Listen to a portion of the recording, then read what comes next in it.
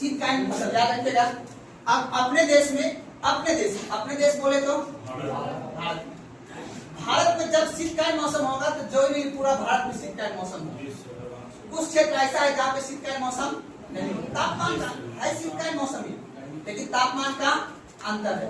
जब तापमान का अंतर होगा तो इसलिए फसल में भी क्या होगा, अंतर होगा।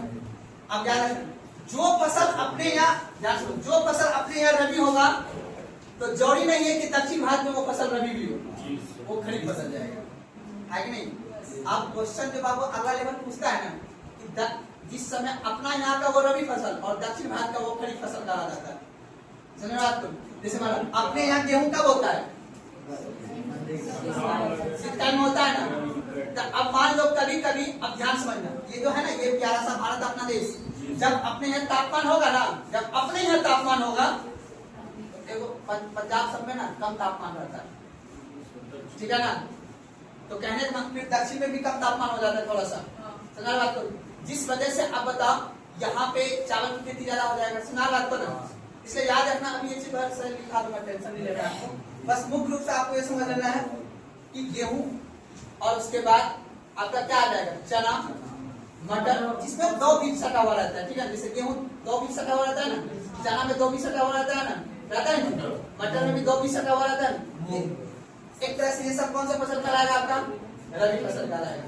उसके बाद खरीफ फसल आप जानते ही हो, जैसे चावल एक फसल होता है, उसमें 2 भाग होता है नहीं होता। जैसे मटर के दाल में 2 भाग होता है नहीं, तो चावल हो गया, मक्का भी एक फसल होता है। ये सब कहाँ पे आ जाएगा आपका बाबू, खरीफ। याद रखिएगा ये सभी खाद्यान्न फसल है। आप जूट हो गया, जूट का नाम देखो, जूट ही रुई वाला जो होता है, जूट, कपास, ये सभी कहाँ पे आएगा आपका, खरीफ फसल में आएगा। समझा। तो एक बार टॉपिक लिख लीजिए, नकदी फसल। क्रांति कहीं लिख लीजिए, अगर वहां जगह होगा तो वहीं लिख लीजिएगा, जहां से मैंने ये तीनों चीज दिखाया था, वहां पे जगह होगा तो वहीं लिख लीजिएगा।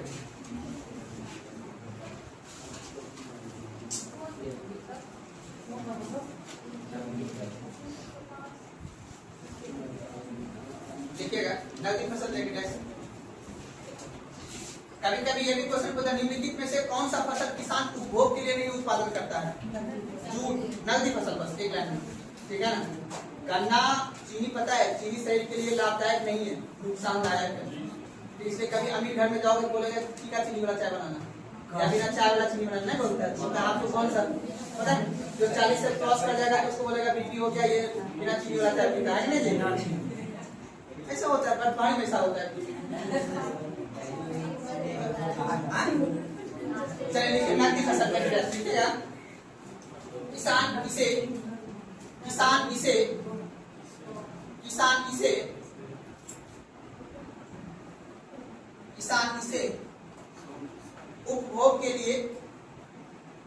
इसे उपभोग के लिए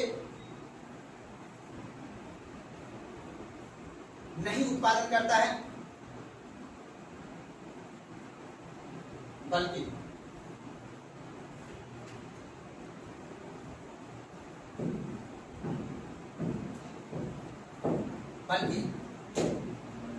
वाणिज्यिक एवं मुनाफा के लिए उत्पादन करता है, बल्कि वाणिज्यिक एवं मुनाफा के लिए करता है।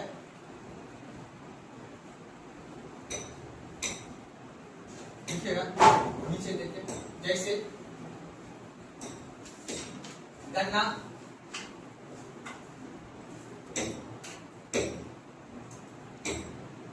कोमा कपास, गन्ना, कोमा कपास, कोमा जूट,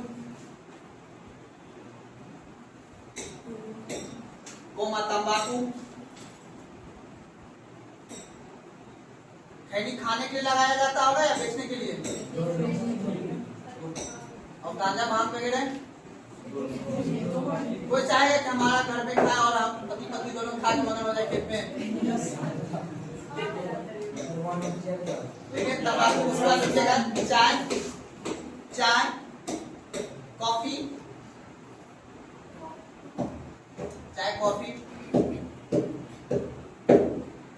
तिलहन, हाँ, लेकिन तिलहन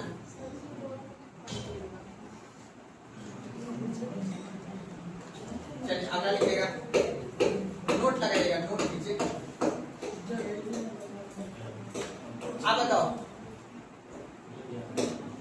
कौन सा फसल नकदी नहीं है? समझ बात को ना, लिखना नोट देंगे। निम्न फसल नकदी नहीं है, निम्न फसल नकदी नहीं है।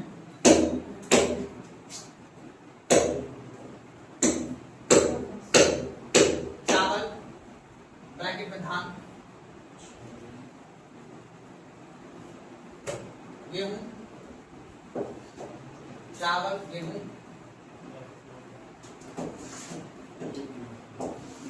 बाजरा, ज्वार,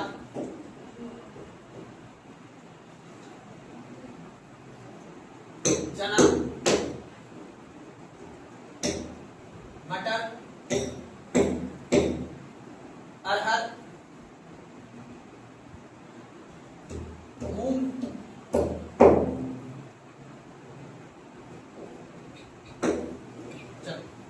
अच्छा, अगर आप खूब बढ़िया से सोचो तो आपको समझ में आएगा सरकार ऐसा क्यों किया। सरकार ऐसा क्यों किया कि इस फसल को नकदी में क्यों नहीं रखा? अगर हर वस्तु को कॉमर्शियल कर देंगे, हर वस्तु को सिर्फ प्रॉफिट की नजर से उत्पादन करेंगे तो फिर देश की जनसंख्या भूखा फिर मर जाएगा ना। तो गरीब आदमी को फिर खाना कहां से उपलब्ध कराएंगे? अर्थात आप खूब ज्यादा आप गरीब हैं तो आप दाल और रोटी खाइए और मटर का दाल खाइए, उसको नकदी फसल नहीं। इसीलिए सरकार ने इसको नकदी फसल में काउंट नहीं रखा है। अगर नकदी फसल में काउंट कर देता तो सरकार आदि पब्लिक किसान क्या करता है, उसे अपने यहाँ से ज्यादा बोलता हम नहीं यहाँ बेचेंगे, हम सबको निर्यात करेंगे विदेश में नहीं। इसीलिए कुछ ही फसल को हमने नकदी में रखा है। अब कानूनी रूप से नकदी हो गया वो फसल, अब उस फसल को आप लोकल मार्केट में नहीं बेच के आपका मन है कि नहीं हम सीधा के सीधा निर्यात करेंगे या नॉर्मल बाजार में बेचेंगे उसको। तो इसीलिए हमने नकदी फसल का कॉन्सेप्ट दिया है कि कुछ फसल ऐसे हैं उसमें से सेलेक्ट करके जिसे व्यापार के दृष्टि से उत्पादन कीजिए, भले उसका उपभोग हो या ना हो। तंबाकू का उपभोग सरकार बोलेगा करने के लिए तो ये तो गलत है ना। अगर उसे बोलेगा खाद्यान्न के लिए आप उत्पादन कीजिए तो गलत है ये, या उपभोग के उत्पादन के लिए गलत है ये। इसलिए उपभोग के लिए उसे नहीं किया गया, उसे किसके लिए किया गया है? कॉमर्शियल के लिए। उससे आप क्या कमाइए? पैसा कमाइए, उसे बेचिए उसको पैसा। इसलिए नकदी का कॉन्सेप्ट लाया गया। चाय भी हो, कॉफी भी हो, ये सभी भी इसलिए लाया गया है। अब मान लो अपने देश में अगर नकदी, अब मान लो जैसे पहाड़ है, चाय बाबू 2.5 साल की खेती है, कम से कम 2.5 साल का, 3 साल में वो चाय होती है। 3 साल किसान, सोचो एक मिनट के लिए, 3 साल किसान उसके पैसेंस बना के रखेगा कि हमें वो चीज हो, और पता चले कि वो खाद्यान्न वस्तु बन गया। खाद्यान्न तो सही हो ना। अब खाद्यान्न में क्या तय होगा बताओ? एमएसपी। क्या तय होगा?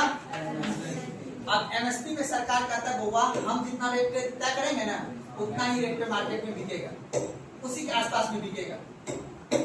अब 3 साल तक किसान ने लगाया है एकदम पूरा का पूरा फसल, अब उसको कुछ प्रॉफिट नहीं हो रहा। उसका कहना कि नहीं हम इस फसल का उपभोग नहीं करेंगे, इसको हम कहाँ भेजेंगे? विदेश, क्योंकि इसके विदेश में मांग ज्यादा है। इसीलिए सरकार ने बोला कि आपका मन है, आपको लगता है कि यहाँ बेचना चाहते थे यहाँ, नहीं तो आप बाहर बेचो। जो फसल को उत्पादन करने में किसान को ज्यादा लागत लगा है ना, उसको नकदी में दे दिया। जानना तुम्हें पता है कि यूपी सबसे ज्यादा लोकसभा का सीट है, राजनीतिक दृष्टिकोण से बहुत मजबूत रखता है, इसलिए वहां के किसान को सबसे ज्यादा खुश रखा गया है, क्योंकि वहां का किसान सबसे ज्यादा गन्ना उत्पादन में विश्वास करता है। ठीक है ना। वहां पे एक अलग से ऑफिसर रखा जाता है, गन्ना शुगर ऑफिसर। ठीक है ना। तो आप समझ लो कि गन्ना के उत्पादन के लिए सब रखा जाए कि नहीं नकदी फसल होना चाहिए। और अपने यूपी से सबसे ज्यादा निर्यात होता है गन्ना का, मतलब चीनी का। स्पेशल लाइन जैसे अपने यहाँ 2 लाइन है ना, यहाँ पे आप जैसे ही मुगल सराय क्रॉस कीजिएगा ना, मुगल सराय से लेके दिल्ली तक स्पेशल लाइन बना है गुड्स ढोने के लिए, सिर्फ गुड्स। यूपी से तो इतना, यूपी को लैंडलॉक स्टेट है, पता है ना आपको, उसके पास समुद्र नहीं है, तब पर भी वो विकसित है हमसे। तो जो तब पर भी हमसे बहुत ज्यादा विकसित है। एक तो पर्यटक स्थल का विकास कर रहे हैं वहां पे, ठीक है ना। और दूसरी बात ये है वहां पे कि जो गुड्स वहां पे, मतलब जो वस्तु का उत्पादन होता है ना, उसका सीधा बंदरगाह भेजता है उसको।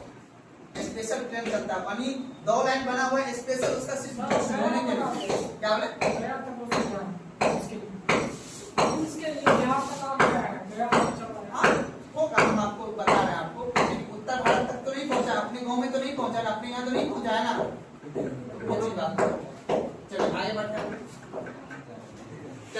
कोई दिक्कत है ना? चलिए अब अगला टॉपिक आप लोग लिखिएगा एमएसपी, न्यूनतम समर्थन मूल्य। न्यूनतम समर्थन मूल्य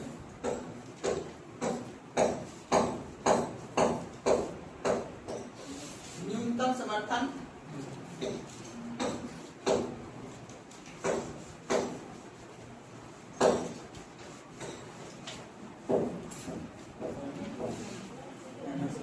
चलिए आप देखिए समझिए यहाँ पे ध्यान से, एमएसपी मिनिमम सपोर्ट प्राइस यानी न्यूनतम समर्थन मूल्य।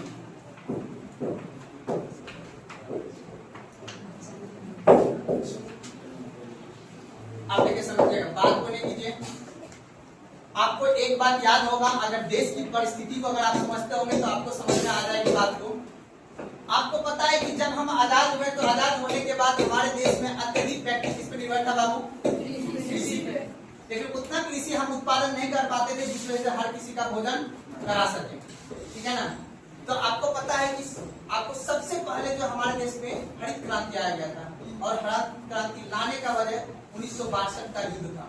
1962 के युद्ध में जब हमारा देश चीन से हार गया, और उसी समय उस समय के जो आपको पता है जवाहरलाल नेहरू, उसके बाद जो एक प्रधानमंत्री बनते उसका नाम क्या है बाबू? लाल बहादुर शास्त्री। लाल बहादुर शास्त्री जिसमें प्रधानमंत्री बनते थे, अपने देश में दो चुनौती आ जाता है। एक कि 1965 में हमें पाकिस्तान से युद्ध करना था, और दूसरी चुनौती हमारे पास ये था कि हमारे देश में खाद्यान्न वस्तु जो खाने वाला वस्तु था उसकी मात्रा घट गया था। हमारे पास उतना भोजन नहीं था कि हर व्यक्ति खा सके। तब उन्होंने नारा दिया था जय जवान जय किसान, और उन्होंने ये नारा भी दिया था कि हम लोग जो है एक टाइम उपवास करें। क्या करें? उपवास करें। सुना बात को ना, तभी जाके हमारे देश का भोजन बच सकेगा। और उसी समय हमने अमेरिका से क्या मंगवाया था? गेहूं मंगवाया था। तो कहा जाता है कि अमेरिका ने उस समय जो है गेहूं जो दिया था, वहां के जो जानवर खाते थे वही गेहूं को अपने यहाँ भेजा था वो, ठीक है ना? तब जाके लाल बहादुर शास्त्री ने तब जाके हरित क्रांति का गठन। हरित क्रांति का मतलब है कि बांध तो पहले नेहरू जी बना गए थे, तो पंजाब में सबसे पहले मैक्सिको से हमने बीज मंगा के पंजाब में हमने सबसे पहले गेहूं का प्रोडक्शन को क्या किया? बढ़ाया। यहाँ तो कोई दिक्कत नहीं। उसके बाद किसान को हमने ये आश्वासन दिया 1965 में ही। कब बाबू? 1965 में हमने बोला किसान को कि किसान भाई आप जो भी फसल उत्पादन कीजिएगा, हम आपको ये गारंटी देते हैं कि आपकी फसल को हम खरीदेंगे। जो आपका उचित मूल्य होगा उस उचित मूल्य पे हम आपकी प्रोडक्ट को क्या करेंगे? खरीदेंगे। तब किसान ने बोला, नहीं तो किसान को ये डर था कि हम खेती तो करेंगे, क्या पता मानसून आ जाए, क्या पता वर्षा ना पड़े, क्या पता वर्षा हो जाए ज्यादा तो मेरा फसल का नुकसान हो जाएगा, तो हम जो अपना लागत मूल्य लगाएंगे ना वो मेरा ऊपर नहीं हो पाएगा। जिस वजह से आप याद रखिएगा 1950 से लेकर 1950 से लेकर 1970 के बीच में अत्यधिक किसान आत्महत्या करता था, क्योंकि किसान एक तरह से कर्ज में डूबता चला जाता था। इस वजह से किसान आत्महत्या कर लेता था। तब सरकार ने यह प्रयास किया कि किसान की आय को हमें बढ़ाना है, जो आज भी नहीं हो पाया है। उसके पीछे कई सारा कारण है, जिनकी आप जानते हैं कि हमारे देश में कई सारी दिक्कत भी है। तो किसान को प्रोडक्शन देश में बढ़ाने के लिए, कृषि के क्षेत्र में किसान को प्रोडक्शन बढ़ाने के लिए हमने किसान को देना शुरू किया एमएसपी। अर्थात किसान जब अपनी फसल को जिस समय बुआई करेगा वो उसी समय हम ये बता देंगे कि जब आप जो फसल को बोने जा रहे हैं उस फसल जो आप जब उसे काटिएगा तो उसको इस रेट पे हम आपकी फसल को खरीदेंगे, या फिर आपकी ये फसल इतना रुपए में मार्केट में बिकेगा। इसका डिसाइड कौन करेगा? एमएसपी का डिसाइड भारत सरकार करेगी। कौन करेगी? राज्य सरकार नहीं करेगी। केंद्र सरकार के द्वारा ही एमएसपी का निर्धारण किया जाता है। यानी प्रधानमंत्री के नेतृत्व में कैबिनेट का एक बैठक बैठता है, और उसी कैबिनेट के बैठक में आर्थिक मंत्रालय का एक विभाग होता है। उसी के सिफारिश पे कहा जाता है कि अपने देश में एमएसपी तय किया जाता है कि एमएसपी कितना रुपया लगेगा। इस बार अगर मान लेते एग्जाम्पल के तौर पे, इस बार जो रबी की फसल बोई गई थी, अभी रबी की फसल, अभी जो है गेहूं का दाम एमएसपी के तौर पर है 31 रुपया। कितना है बाबू? 31 रुपया प्रति केजी, अर्थात 3100 रुपया प्रति कुंटल रखा गया। अब सवाल आता है कि सरकार ने ऐसे कैसे सोचा कि रबी का फसल अर्थात गेहूं का दाम 31 रुपया होगा। तो सरकार ने इसके लिए क्या रखा है, फॉर्मूला रखा है। क्या रखा है बाबू, फॉर्मूला रखा होगा। अब इस फॉर्मूला से एग्जाम में क्वेश्चन पूछता है। अब बताओ एमएसपी कब से लागू हुआ है बाबू, 1965 में अस्तित्व में आया, लागू हुआ 1966 से। 1966 में अपने देश में एमएसपी क्या हो गया, लागू हो गया। आपसे पूछेगा कि एमएसपी क्या होता है, तो बोलिएगा एमएसपी वह दर है जिसपे सरकार किसान को एक मतलब क्या गारंटी देता है कि हम आपके फसल को इतने रुपए में खरीदेंगे। तो अर्थात एमएसपी वह दर है जो किसान के फसल को खरीदने के लिए सरकार क्या देता है, गारंटी प्राइस देता है। उसको बोलते हैं न्यूनतम समर्थन मूल्य। समझ आ गया बात को? अब यहाँ तक कोई दिक्कत नहीं ना। अब याद रखिएगा कि एमएसपी तय कैसे किया जाता है, कैसे तय करेंगे कि इस साल गेहूं का दाम कितना होना चाहिए, चावल का दाम कितना होना चाहिए, कुल फसल याद रखिएगा, कुल कृषि का अंतर्गत याद रखिए, कुल कृषि का याद रखिए, ये याद रखना 22+1 कितना याद रखना है, 22+1 23 फसल अपना देश का ऐसा है जो किसके अंतर्गत आता है बाबू, एमएसपी के अंतर्गत आता है। 22,000 पूरा फसल है और एक फसल है जिसका नाम है गन्ना। गन्ना का भी जो है अलग से, क्योंकि 22 फसल का जो एमएसपी तय करता है वो कृषि मंत्रालय के द्वारा किया जाता है। किसके द्वारा किया जाता है,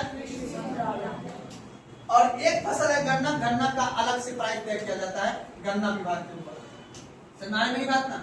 तो अब हम समझ लेते हैं सबसे पहली बात याद रखना है कि एग्जाम में पूछेगा कि एमएसपी के अंतर्गत भारत में कितने फसल को काउंट किया जाता है, तो क्या बोलेगा 22। तो कभी कभी ऑप्शन में 22 दिया रहेगा तो 22 को भी मार देना। समझ में बात ना, कोई दिक्कत नहीं। कुल अभी वर्तमान में कितने फसल है बाबू, 23 फसल को एमएसपी के अंतर्गत रखा गया है। अब सरकार पहले बता देगा, यानी किसी भी फसल को बोने से पहले वो बता देगा कि इस बार इस फसल का दाम इतना रहेगा। जितना भी अभी मैंने लिखा है फसल, गेहूं, चना, मटर, दाल, जितने भी है सब फसल का एमएसपी, कुल 23 फसल का सरकार एमएसपी दर तय कर देता है। बजट जिस दिन आएगा उसी दिन बोल दिया जाएगा कि हाँ इस बार एमएसपी दर इतना रहने वाला है। फिर किसान उसको बोना है या नहीं बोना है वो किसान की मर्जी पे। समझा बात को? अब देखते हैं कि ये फसल को खरीदा मतलब डिसाइड कैसे किया जाता है कि कितना एमएसपी दर होगा। देखो इसके लिए जो फॉर्मूला है ना बाबू, इसके लिए जो फॉर्मूला दिया गया है एमएसपी दर के फॉर्मूला के लिए, याद रखिएगा 2 तरह का फॉर्मूला दिया गया है जो कि अभी वर्तमान में लागू है और कुछ लागू नहीं। एक है L2 और एक है F2, एक है C2, है ना जी? अगर पढ़े होंगे तो अभी वर्तमान में ये C2 लागू नहीं है। इसी की मांग किया जा रहा है। मेरा भी ये मानना है कि ये लागू होना चाहिए। अभी समझाते हैं आपको। देखो सरकार कैसे बेवकूफ बनाता है, ठीक है ना, किसान बन भी जाता है।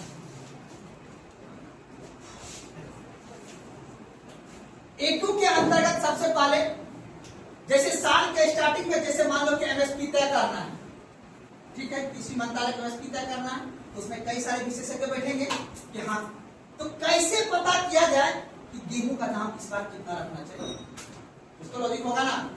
तो उसके लिए फॉर्मूला है, एक को रखा है A2 है जो किसान है अपने देश का, वो किसान जो है ना, वो किसान जो है अपना खेती करने के लिए, यानी किसान जो है फसल का उत्पादन करने के लिए, याद रखना फसल का उत्पादन करने के लिए वो क्या चीज का यूज किया होगा, सबसे पहले बताओ बीज का। किसका उत्पादन क्या होगा, बीज। उसके बाद खाद का क्या होगा ना जी, बोलो बीज का क्या होगा, खाद का क्या होगा, क्या होगा क्या होगा। अब बीज हो गया, खाद हो गया, और उसके बाद किसी का उत्पादन क्या होगा, ईंधन का क्या होगा ना जी, कोई बिजली का भी क्या होगा, है ना जी।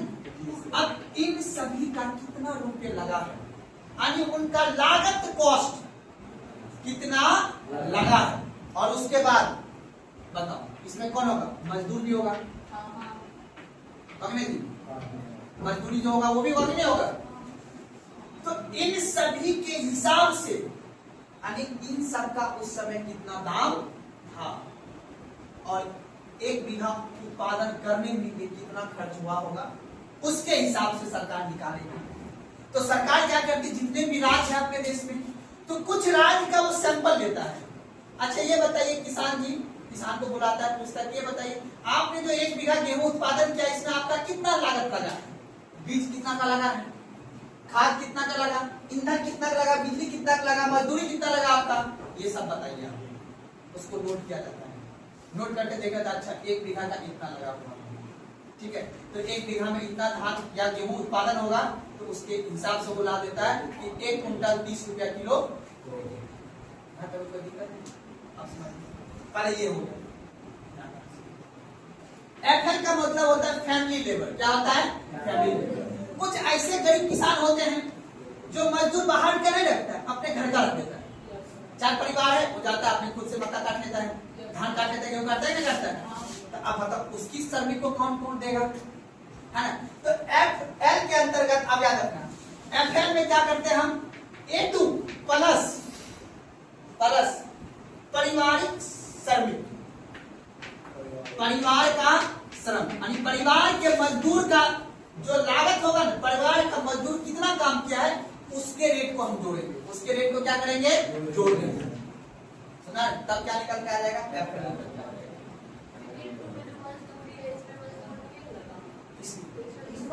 इसके अंतर्गत हम A2 कौन किए हैं, A2 में जैसे मान लो कुछ ऐसा जो मजदूर बाहर का रखा होगा, उसको तो दिया होगा ना पैसा, लेकिन जो घर का मजदूर होगा उसको तो नहीं दिया होगा पैसा, वो तो घर का श्रमिक हो गया ना।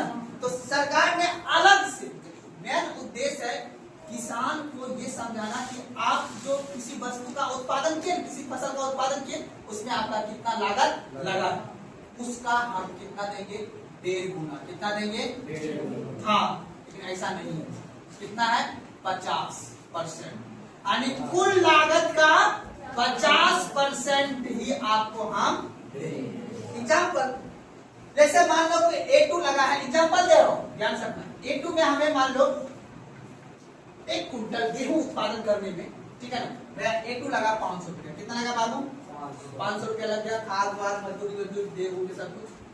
और फिर इसका भी मान लो किराया, किसी का घर का मजदूर होगा वो भी लग गया होगा, मान लो एग्जाम्पल कर दो 500।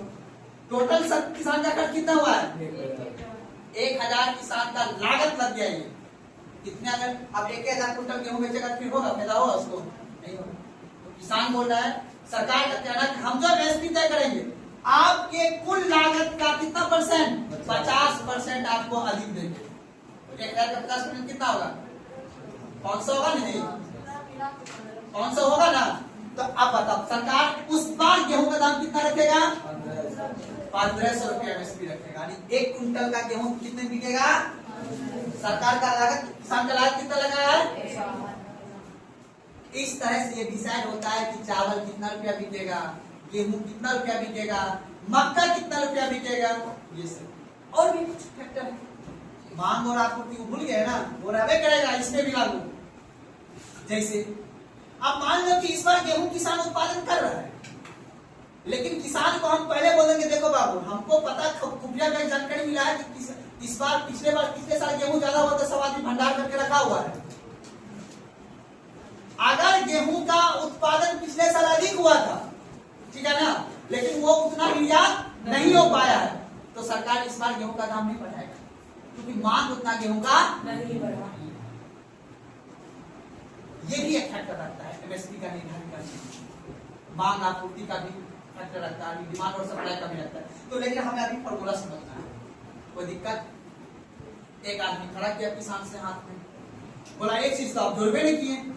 बोला क्या नहीं जोड़ा है, बोला हम गरीब आदमी हैं, हम बाहर खर्च कमा के आए 3 लाख रुपया, हम ले लिए जमीन को लीज पर, सूद भरना। क्या ले लिए है, तो जमीन का रेंट भी तो आप दीजिएगा, वो तो जोड़बे नहीं किया यहाँ पे, है ना। तो कौन था वो, उसका नाम था स्वामीनाथन। कौन था बाबू, नाम सुने हो, स्वामीनाथन का कहना है कि नहीं, आप जो ये एमएसपी तय कर रहे हो ना, वो गलत है। किसको कह रहा है, इसी बात से प्रोटेस्ट हो रहा था दिल्ली में कि नहीं, कुछ ऐसे किसान हैं जो जमीन का किराया तो आप दे ही नहीं रहे, हम जिस क्षेत्र में लगाए हैं, 1 बीघा मान लो हमने गेहूं लगाया है, उसका किराया भी तो आप दीजिएगा। जिस तरह आप हमसे टैक्स लेते हो ना, जमीन का रसीद कर पाते हो, उसका मतलब क्या हुआ, टैक्स मांगते हो आप हमसे। तो हमारा अगर हम उसको किराया पर लगा देंगे, उसका पैसा ना आएगा। या फिर कोई इंसान ऐसा होगा कि बैंक से लोन लेके सुधाना लिया होगा तो उसको तो इंटरेस्ट भी देना पड़ रहा होगा, ब्याज देना पड़ रहा होगा ना, वो पैसा यहाँ जुटा हुआ नहीं है। तो C2 के अंतर्गत A2 प्लस FL प्लस जमीन का किराया अर्थात किसान के खेत का किराया एवं किसान के द्वारा लिया गया ऋण पर दिया गया ब्याज को भी हम जोड़ेंगे।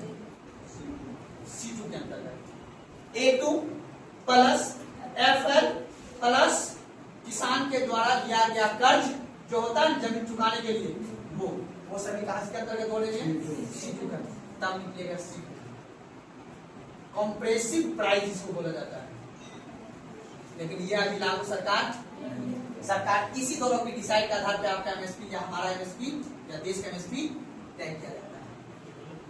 एग्जाम में आपको यही पूछेगा कि एफएल के अंतर्गत क्या आएगा और A2 के अंतर्गत क्या आएगा।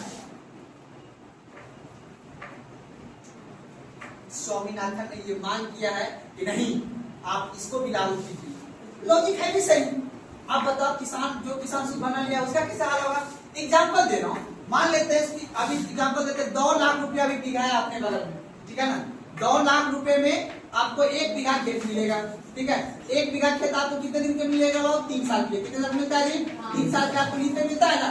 अब मान लेते हैं ये 2 लाख जो आपने लिया था, या तो आप इसको इंटरेस्ट पे लगाओगे सब उसको ब्याज आएगा, या फिर आपने किसी से 2 लाख रुपया उधार लिया था उसको आपको ब्याज देना पड़ेगा, है नहीं है? तो क्या उस ब्याज को आपने इसमें जोड़ा? यही बोल रहा है C2 के अंतर्गत जोड़ने का। आप हमने गेहूं उत्पादन कर, आपको तो आपने ये सोच लिया कि सब किसान का जमीन है, किसान का जमीन है तो क्या उसका रेंट आप नहीं दीजिएगा? हम ये घर बनाया है, इसमें जो पूंजी लगाया वो तो लगा रेंट नहीं लेता है जी। यहाँ पे मान लो कि कोई आदमी दुकान आगे लगा रखा है तो वो अपना प्राइस जो डिसाइड करता है कि नहीं हम इस छोले कुलचे बेचेंगे इतना 30 रुपया प्लेट बेचेंगे, क्यों? अपना मजदूरी साथ साथ उसके जो प्रोडक्ट बनाने में जो खर्चा उसकी कॉस्ट, उसके बाद जमीन घर का रेंट भी जोड़ता नहीं जोड़ता है, तो तब उसका बात क्या करता है नहीं बाबू हम बेचेंगे चाट पपड़ी क्या रुपये किलो, क्या रुपया प्लेट, 50 रुपया प्लेट, बोलता है ना बोलता है जी। ठीक उसी प्रकार यहाँ भी, लेकिन किसान को देखो क्या भुगतना पड़ रहा है, किसान को रेंट का पैसा नहीं मिल रहा है, किसान को सिर्फ लागत कॉस्ट मिलता है। आप जो खेत फसल उत्पादन करने में जो लागत लगाए वो आपको देंगे हम। बिहार में तो सारे देंगे। अब बिहार का आदम, बिहार में एगो मार्केट था APMC, agriculture production market commission, ये हटा दिया गया। नीतीश भैया हटा दिया। अपने यहाँ MSP है, ऐसा नहीं है। आप ट्रक भरिए, इस बगल में है ना, ट्रक भरिए सीधा यूपी ले चले जाइए या तो सीधा वेस्ट बंगाल ले चले जाइए, वहां पे आपका प्रोडक्ट को खरीद लिया। नहीं तो आपसे जो होशियार आदमी है, आपको पहले बता रहे थे, होशियार आदमी क्या करता है? आपके अंदर के पूंजी को अवशोषित कर लेगा। होशियार आदमी पास 20,000 रुपया है, एक ट्रक रेंट पे लेगा 10 चक्का और सब माल खरीदेगा, कहाँ ले जाएगा? वेस्ट बंगाल। और MSP दर से वो आप पे कम में खरीदेगा। उसको पता है MSP क्या रुपये, आप तो पढ़े लिखे नहीं हो, जो पढ़ा लिखा हो अच्छा है। इस बार मक्का का दाम कितना रुपया रखा है? 25 रुपया सरकार, अच्छा आपको 20 रुपया उठा लेना, 19-20 करके उठा लेना, ट्रक में लोड करेगा, फिर उसको 25 रुपया में जाके और 1 महीना में 25 लाख लगा 35 लाख कमा लेगा, है ना? ऐसे होता है, राइट बोले जी।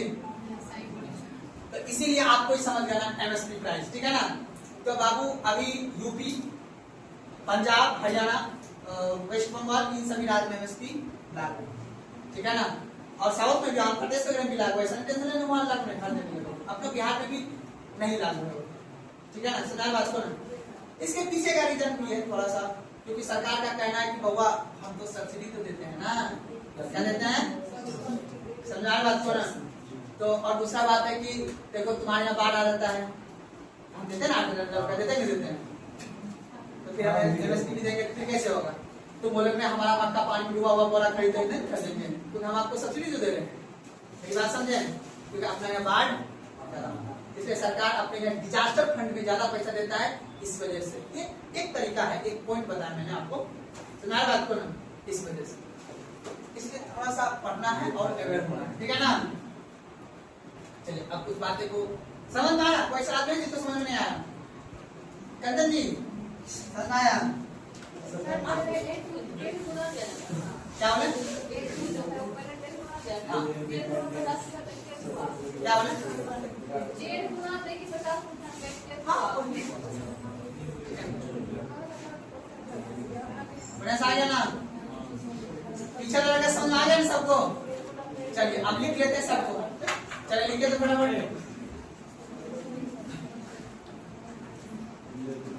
न्यूनतम समर्थन मूल्य, न्यूनतम समर्थन मूल्य लिखिएगा। टेस्ट लिखिए। देखिए ये सरकार द्वारा, यह सरकार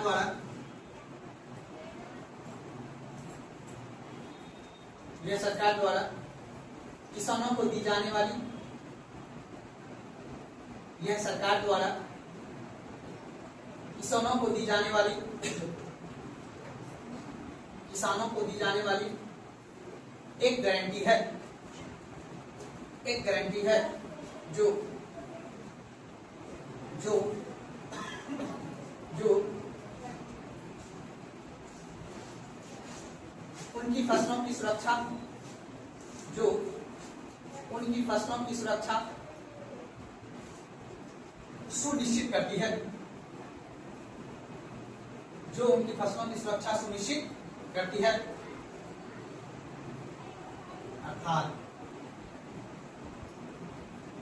अर्थात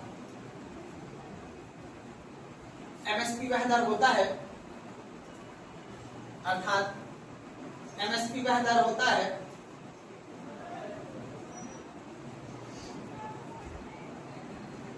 एमएसपी वह दर होता है जिस पर सरकार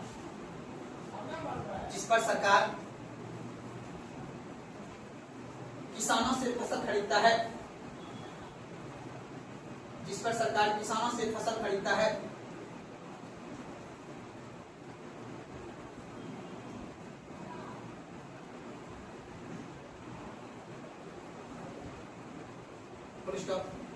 अगर बाजार में उस फसल की कीमत गिरी जाए,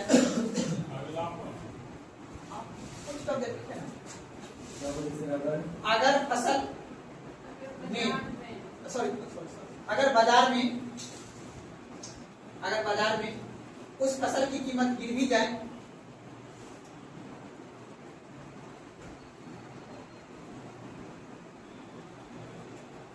तब भी सरकार किसान को, अगर बाजार में वो फसल की कीमत गिर भी जाए, तब भी सरकार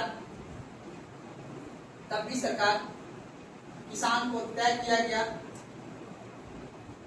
तब भी सरकार किसान को तय किया गया, किसान को तय किया गया एमएसपी देने के लिए बाध्य है, तय किया गया एमएसपी देने के लिए बाध्य है।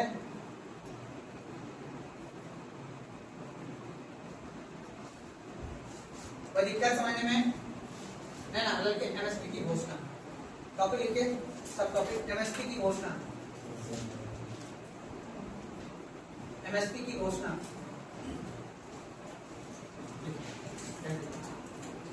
लिखिएगा। एमएसपी की सिफारिश, एमएसपी की सिफारिश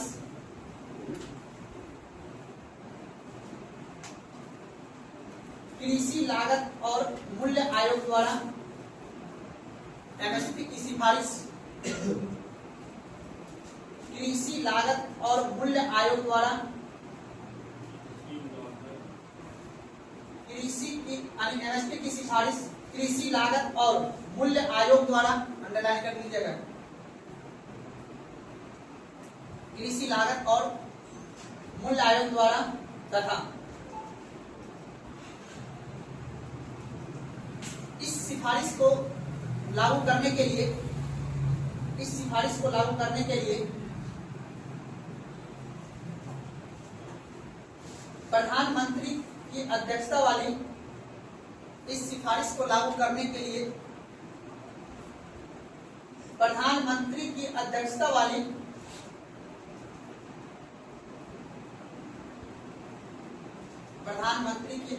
वाली आर्थिक मामले के कैबिनेट समिति द्वारा प्रधानमंत्री की अध्यक्षता वाली आर्थिक मामले की कैबिनेट समिति द्वारा आर्थिक मामले के कैबिनेट समिति द्वारा लिया जाता है।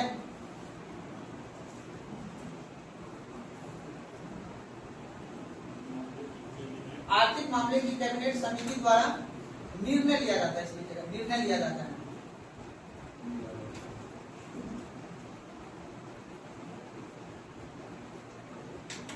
एग्जाम में ये पूछता है। अब मतलब प्रधानमंत्री क्या करेगी? उस समिति की अध्यक्षता करेगी। प्रधानमंत्री की अध्यक्षता वाली कौन? आर्थिक मामले के कैबिनेट समिति के द्वारा इसका क्या रेट तय किया जाता है? किसके सिफारिश पर? कृषि मूल्य और क्या लेना है जी? कृषि लागत और मूल्य आयोग के द्वारा, यानी कमीशन ऑफ एग्रीकल्चर प्राइस। ठीक है ना, याद रखिएगा। चलिए अगला पॉइंट लिखिएगा।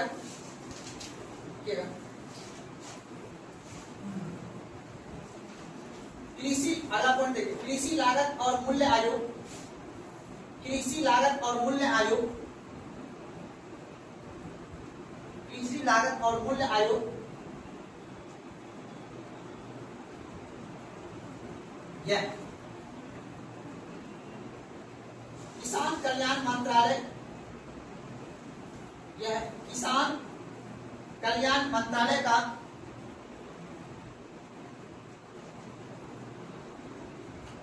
का एक कार्यालय है।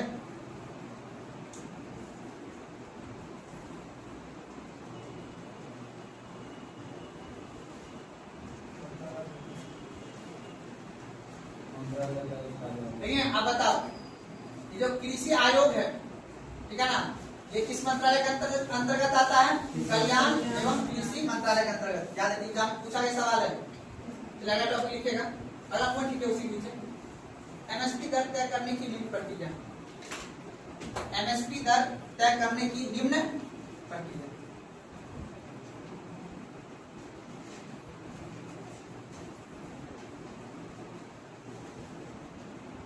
नंबर 1 A2,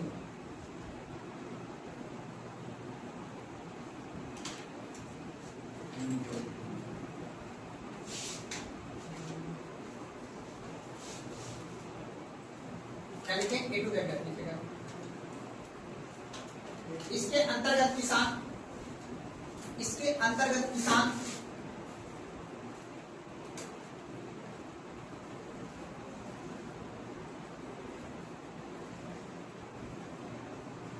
अपने जेब से पैसे खर्च करते हैं।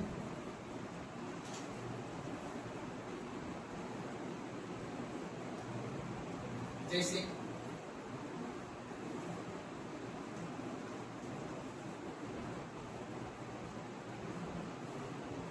बीज, जैसे बीज,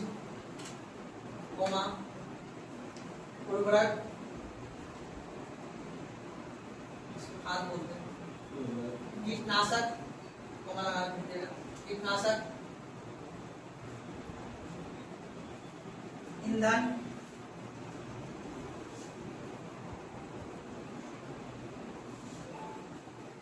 सिंचाई,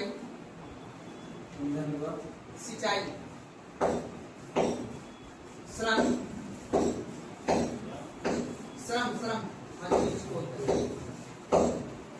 इन सभी पर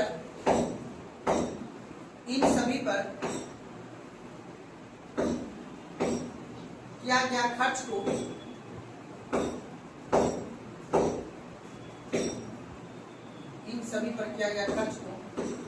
A2 में शामिल करते हैं। A2, इन सभी खर्च को A2 में शामिल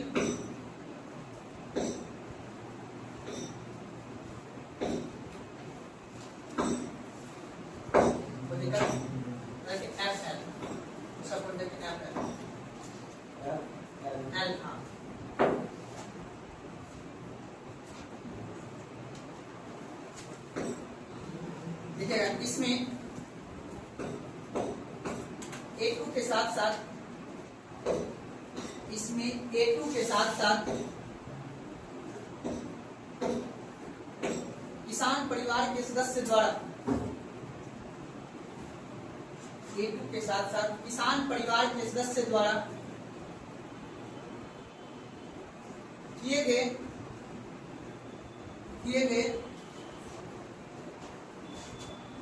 श्रम का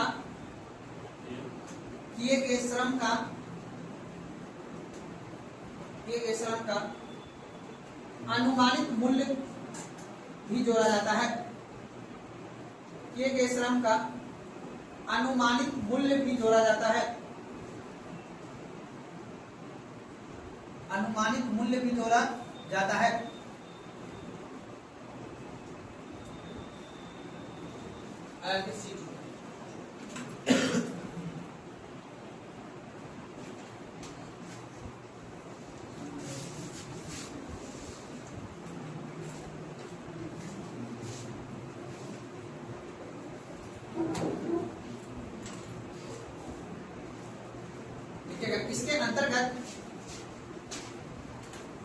इसके अंतर्गत A2 प्लस FL, इसके अंतर्गत A2 plus FL, A2 plus FL के साथ साथ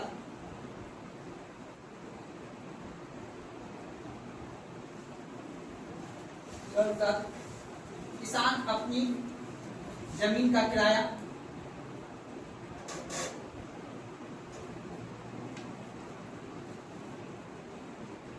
A2 प्लस FL के साथ साथ किसान अपनी जमीन का किराया एवं खेती में लगी पूंजी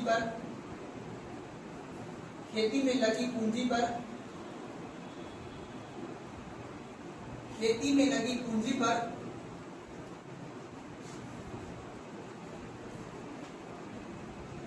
ब्याज को शामिल किया जाता है। खेती में लगी पूंजी पर ब्याज को शामिल किया जाता है। ब्याज को भी शामिल किया जाता है।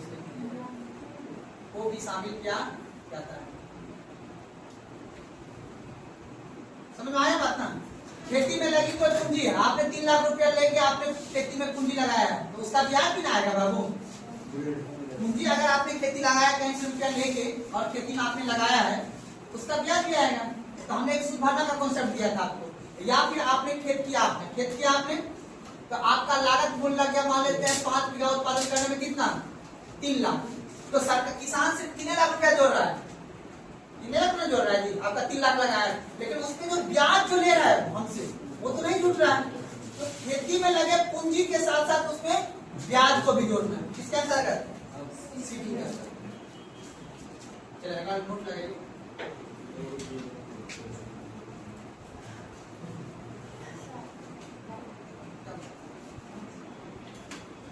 ठीक है गलत नोट लगा के MSP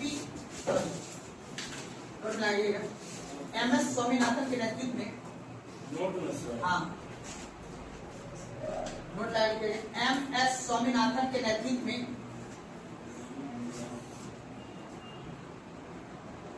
MS स्वामीनाथन के नेतृत्व में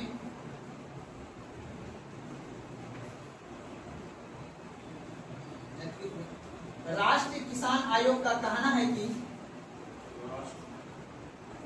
MS स्वामीनाथन के नेतृत्व में राष्ट्रीय किसान आयोग का कहना है कि MSP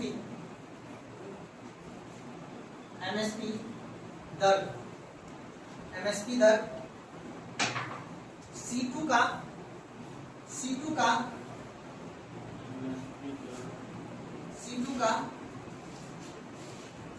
50% जोड़कर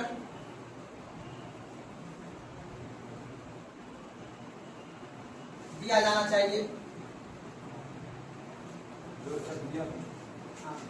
जोड़कर दिया जाना चाहिए, जो वर्तमान में लागू नहीं, जो वर्तमान में लागू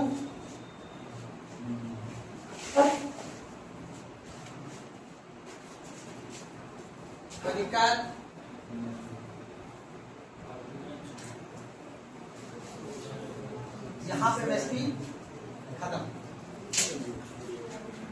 क्या होगा इसमें यहाँ पे ऐसा। लेकिन अगर क्वेश्चन पूछेगा आपसे, ये बताओ कि जो ये कृषि आयोग है यानी कृषि लागत मूल्य आयोग जो है, ये एमएसपी का दर कैसे तय करता है? अभी आपने देखा कि जो CACP यानी कमीशन एग्रीकल्चर कॉस्ट प्राइस जो है, ये जो आपने जो देखा कि इसके सिफारिश पर आपने जो है प्रधानमंत्री के जो नेतृत्व वाले जो अध्यक्ष है, उसके नेतृत्व में आपने देखा कि एमएसपी का दर क्या किया जाएगा, डिसाइड किया जाएगा, है ना। लेकिन जो ये CACP है, ये कैसे ये डिसाइड करता है कि कितना रेट होना चाहिए? ये पूरा देश भर के किसान संगठन से बात करता है कि आपका लागत मूल्य कितना लगा है। उसी तरह से ये एक्टिव फॉर्मूला है। तो आप एक एक चीज पे, आप किसान ने फसल उत्पादन करने में कितना बीज दिया है, कितना खाद दिया है, कितना ईंधन खर्च हुआ है, कितना मजदूरी लगा है, वो सभी को काउंट करके तब जाके फॉर्मूला कौन किया जाता है। ये तो मैंने राइट फॉर्मूला आपको बताया, लेकिन अब बता कि ये डिसाइड कैसे करता होगा। उसी हिसाब से सबसे पहला है आपको बाबू, खेती में लागत यानी खेती के उत्पादन करने में कितना लागत लगा है, ये ठीक है। उसके बाद मांग आपूर्ति का भी कॉन्सेप्ट है, लेकिन उतना समझने की कोई जरूरत नहीं, ठीक है ना। जितना दिमाग में आवे उतने काम करना है, आगे नहीं है। ठीक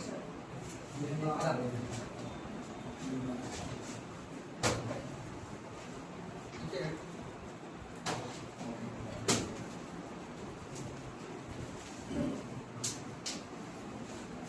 एमएसपी के अंतर्गत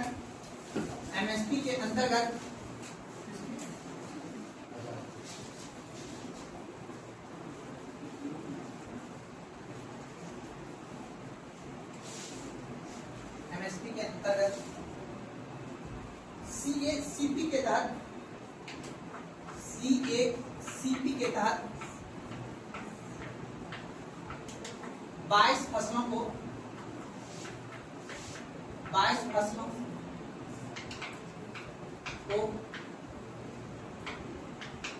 रखा गया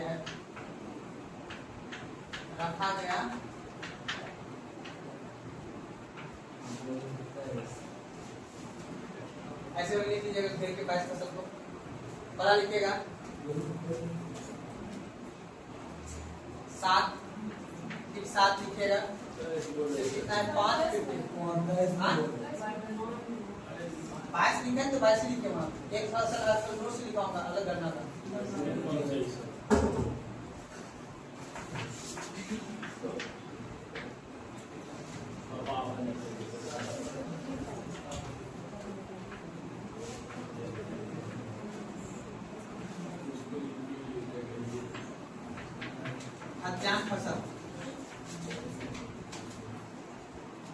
खाद्यान्न फसल के बाद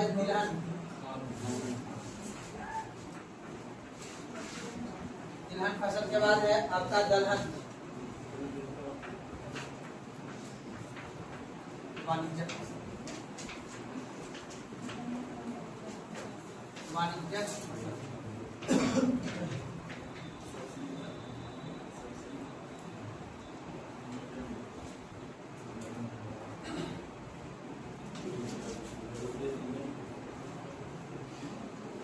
कोई लड़का तुम दोनों बात करते हैं, खड़ा कर देंगे फिर क्लास में याद रख लेना।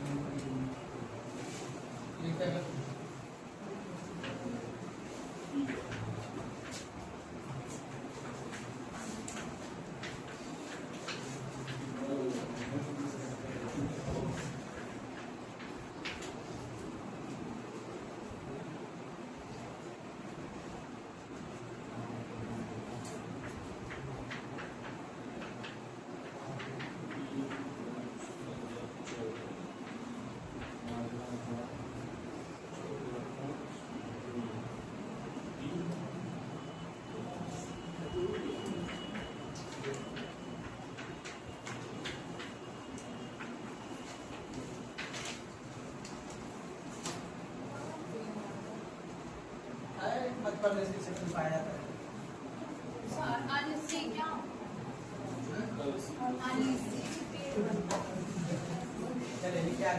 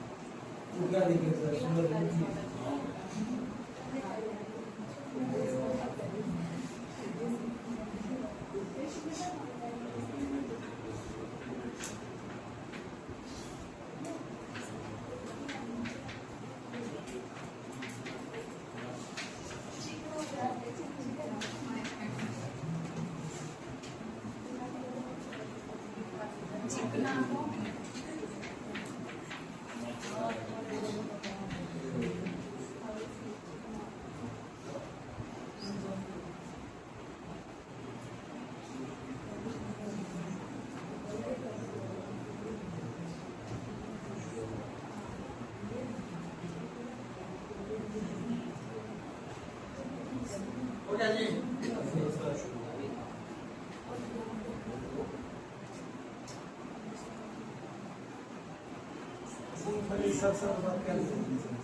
मूंगफली, सरसों, सूरजमुखी, सोयाबीन, तिल, राम तिल, कुसुम, कोपरा वही सूखा नारियल, इसको उखाड़ते हैं जी।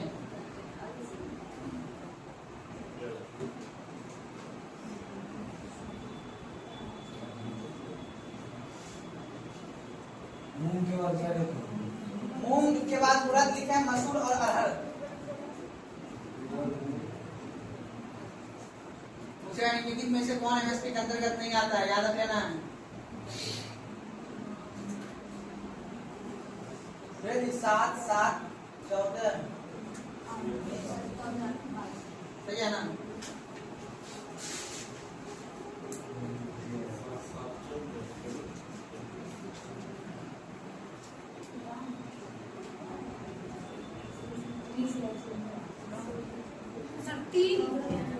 तिल और राम तिल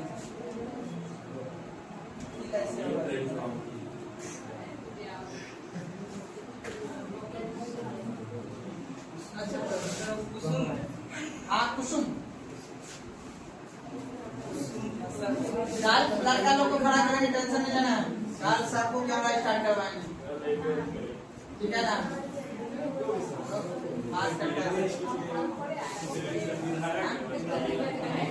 सभी कोई बात नहीं,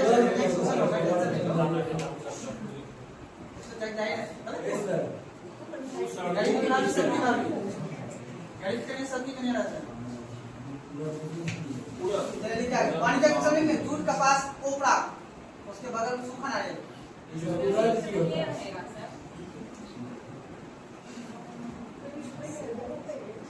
आगे बढ़े, नोट में लिख लीजिए। गन्ना देखिएगा, इसका मूल्य का निर्धारण गन्ना लीजिएगा, इसका मूल्य का निर्धारण नोट में लाइन नीचे लिखना बाबू। गन्ना ठीक है, इसका मूल्य का निर्धारण उचित एवं लाभकारी मूल्य के द्वारा किया जाता है। गन्ना का मूल्य का निर्धारण, इसका गन्ना उचित एवं लाभकारी मूल्य के द्वारा किया जाता है।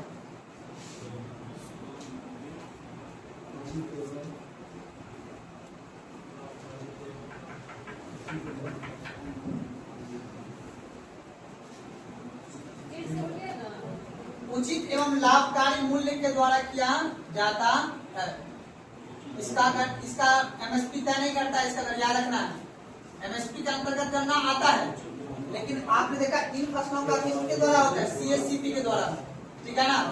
Commission of agriculture cost price बताएंगे ना, कृषि लागत वाला बताते हैं, इसके द्वारा 22% का तय किया जाता है एमएसपी दर। लेकिन गन्ना का कौन करता है, उचित एवं लाभकारी मूल्य के द्वारा किया जाता है। किसका, गन्ना का। एग्जाम में पूछता है कि गन्ना का एमएसपी दर कौन तय करता है, याद रखना, सीएससीपी नहीं करता। कपास का सर कपास में कर देंगे, सबको ये कर, सिर्फ गन्ना छोड़ा के वो यूपी अलग से मांग कर दिया होगा, ठीक है ना। बोला कि नहीं शहर में बैठा हुआ अधिकारी कैसे करेगा, यहाँ मेरे यहाँ करेगा, ठीक है। इसलिए अलग से गठन किया गया उचित एवं लाभकारी, मतलब जो उचित हो वो और किसान को लाभ भी मिल सके, उसके आधार पे जो है ना इसका डिसाइड किया जाएगा गन्ना का रेट कितना। और गन्ना जो एक ऐसा चीज है ना कि लगभग ये भी 1 साल के लगभग का फसल है गन्ना, ठीक है ना। तो समझ लो कि और अधिकतर चीज हर चीज में चीनी है ना जी, चीनी ऐसा है जहाँ चीनी का यूज नहीं होता हो, दही से लेके पनीर तक है ना जी, मतलब दूध तक। चलिए क्या यहाँ तक कोई दिक्कत समझने में। चलिए आया टॉपिक लिखे कृषि के क्षेत्र में आर्थिक सर्वे 2025-26। कृषि के क्षेत्र में आर्थिक सर्वे 2025-26 यहाँ लगा दो भी आई, यहाँ से पूछेगा क्वेश्चन। कृषि के क्षेत्र में आर्थिक सर्वे 2025-26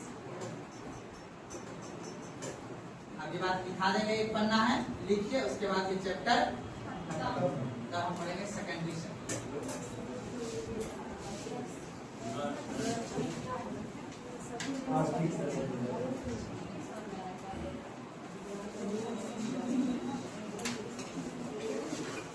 आप देखो बाबू बताओ राष्ट्रीय आय क्या होता है जी, राष्ट्रीय आय क्या होता है।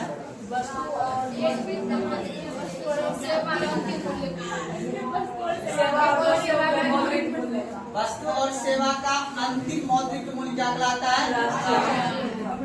हमें बात नहीं कीजिएगा, हमें ये जानना है राष्ट्रीय अर्थात नेशनल इनकम के तहत हमारे देश का जो कुल जीडीपी है यानी कुल राष्ट्रीय आय है, पहले राष्ट्रीय समझे, हमारे देश के कुल राष्ट्रीय आय में अर्थात कुल राष्ट्रीय आय में कृषि क्षेत्र का, किस क्षेत्र का बाबू, कृषि क्षेत्र का कितना % योगदान, ठीक है। याद रखना है कि याद रखना है कुल राष्ट्रीय आय में कृषि क्षेत्र का कितना % योगदान। दूसरा बात कभी कभी पूछ देगा आपको कि कुल राष्ट्रीय आय में कृषि क्षेत्र का, ठीक है ना, कृषि क्षेत्र का कितना स्थान है, कितना स्थान, कभी परसेंटेज तो कभी स्थान। तो पहला 5वां स्थान नहीं, अभी बता पॉइंट बना के लिखिए, डैश देखिए पहला पॉइंट में भारत की राष्ट्रीय आय में, भारत के राष्ट्रीय आय में एक एक पॉइंट कल पूछेंगे, समझ लेना। भारत की राष्ट्रीय आय में, भारत की राष्ट्रीय आय में कृषि संबंधित गतिविधि, भारत की राष्ट्रीय आय में कृषि संबंधित गतिविधि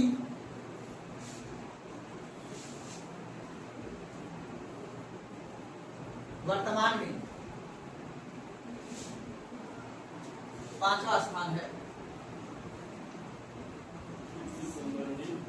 कृषि संबंधित गतिविधि वर्तमान में 5वां स्थान है। अब बताओ पहला स्थान किसका आएगा, बोलो जी, सर्विस सेक्टर नहीं आएगा। हर आदमी किसान है, ये जरूरी है हर आदमी के पास कुछ ना कुछ रोजगार, कोई न कोई सेवा दे रहे हो, अपने अपने स्तर पे सेवा दे रहे हो जी। आप बताओ कोचिंग में पढ़ रहे हो, लाइब्रेरी वाले को सेवा दे रहे हो ना, है ना। हर आदमी अपने अपने स्तर से सेवा दे रहा है, क्या है कि नहीं जी।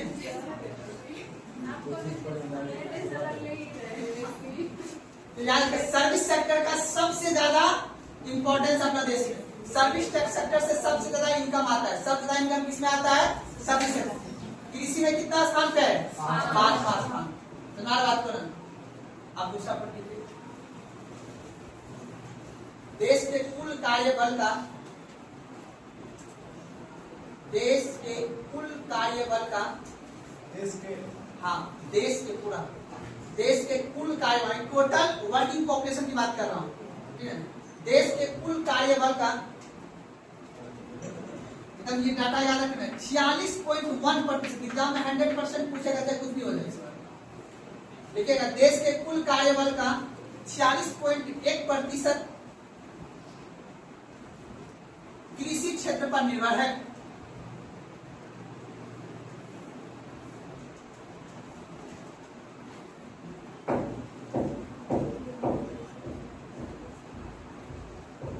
देखिए ना, एग्जाम में पूछेगा, आप बताओ टोटल पॉपुलेशन अगर अपने देश में 100 आदमी है, 100 आदमी काम है, उसमें से 46 आदमी किसमें काम करता है बाबू? कृषि क्षेत्र।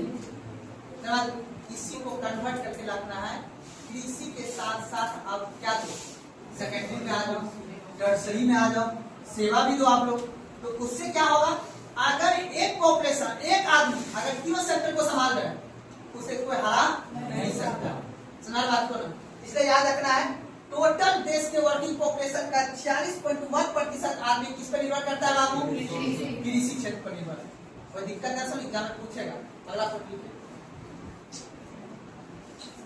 लिखिएगा, कृषि क्षेत्र का दशकीय वृद्धि, कृषि क्षेत्र का दशकीय वृद्धि, कृषि क्षेत्र का दशकीय वृद्धि, कृषि क्षेत्र का दशकीय वृद्धि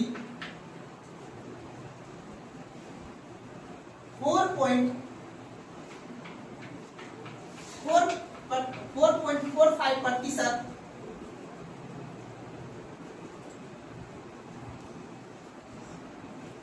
है।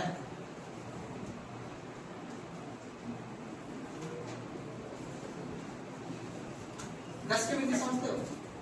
पिछले 10 साल, पिछले 10 साल में अब देखो 10 के वृद्धि कितना बाबू? 4.45। बस एक डाटा को याद रखोगे तो मजा आ जाएगा। कुल क्षेत्रफल का कितना परसेंट अपना देश में है बाबू? कितना प्रतिशत है जी? कहना जी कितना प्रतिशत है हम लोग? 2.4%। अब पानी कितना कुल देश में, कुल विश्व का कितना परसेंट पानी हमारे पास है? 4.2। इसी को क्या कर देना है? उल्टा कर देना है। सब बात बताए हुए हैं। अब कुल जनसंख्या का कितना परसेंट जनसंख्या हमारे पास है? 17.2 या 17.8 है? बोले ना जी?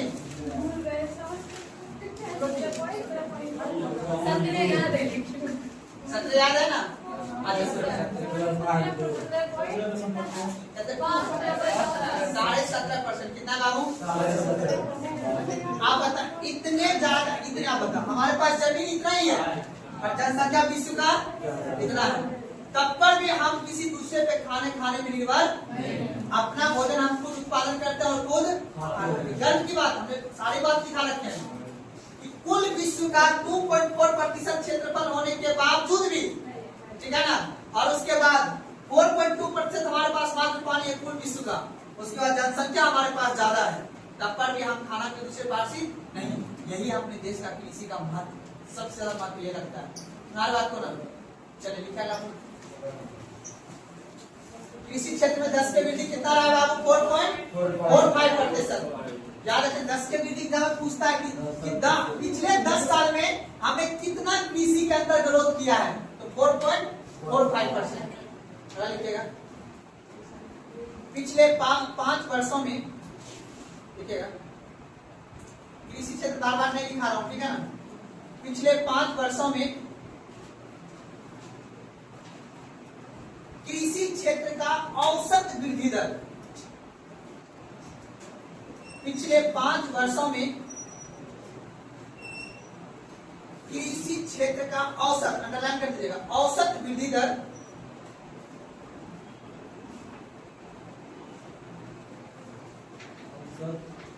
औसत वृद्धि दर 4.4%। औसत वृद्धि दर 4.4%। लिखिए, आप लोग वेरी इंपॉर्टेंट बात, ये भी एग्जाम पूछ देता है, लेकिन एग्जाम को पता है कि सब होशियार हो गया है। 15.2 सब याद रखा है जी। देश के कुल जीडीपी का कृषि का कितना परसेंट है? दिखा दीजिए आप पहले, एक बार और लिख लो इसे।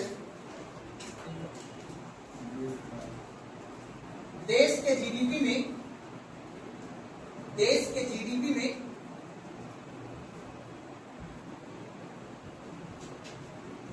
वित्त वर्ष 2026-27 के देश के जीडीपी में वित्त वर्ष 2026-27 के कृषि क्षेत्र में योगदान, देश के जीडीपी में वित्त वर्ष 2026-27 के कृषि क्षेत्र में योगदान 50.2% है।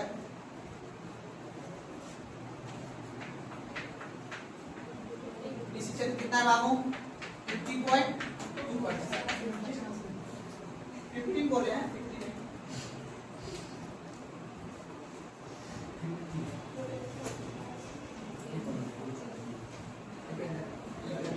50.2%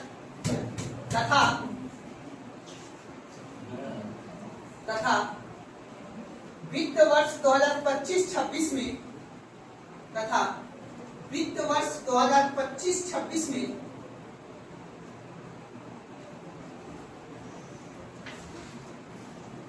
16.3% रही थी। 16.3% रही थी। ऊपर वाला अनुमानित है, ये एक्चुअल है।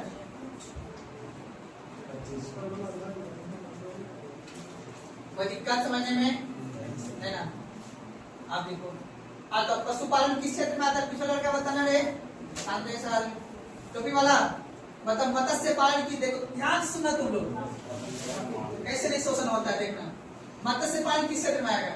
ईमानदारी से बताओ, कितने क्षेत्र में आएगा बताओ। अरे मछली पालन करेंगे तो सेवा है, कितने क्षेत्र में आएगा ना? और दूध भी पशुपालन भी कितने क्षेत्र में, किस क्षेत्र में आएगा?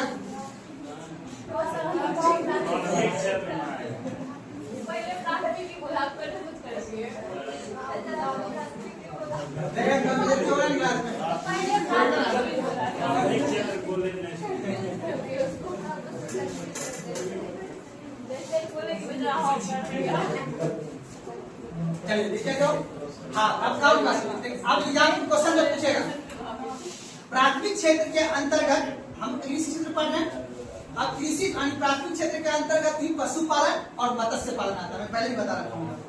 अब कृषि क्षेत्र प्राथमिक क्षेत्र में कृषि क्षेत्र का उतना ग्रोथ नहीं हुआ है जितना कि पशुपालन का हुआ और मत्स्य पालन का हुआ है, क्योंकि डायरेक्ट पैसा देता है। ठीक है ना? कि हर किसी के पास खेत हो या ना हो, घर पे गाय है कि नहीं? पशुपालन के क्षेत्र में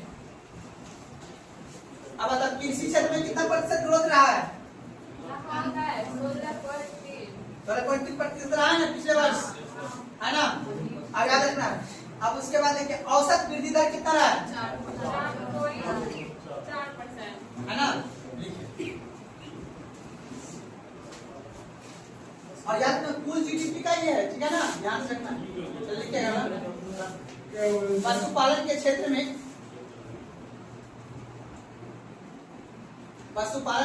में 7.1% वृद्धि रही है। सिर्फ पशुपालन याद रखना, पशुपालन के क्षेत्र में 7.1% वृद्धि रही है। जलीय कृषि ब्रैकेट मत्स्य पालन, जलीय कृषि ब्रैकेट में मत्स्य पालन, इसको हम बोलते हैं मछली पालन। लिखिएगा 8.8%, 8.8%, जबकि फसल में, जबकि फसल का वृद्धि दर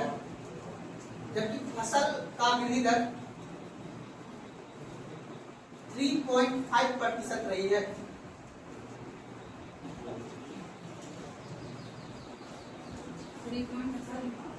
जबकि फसल का 3.5% रही है।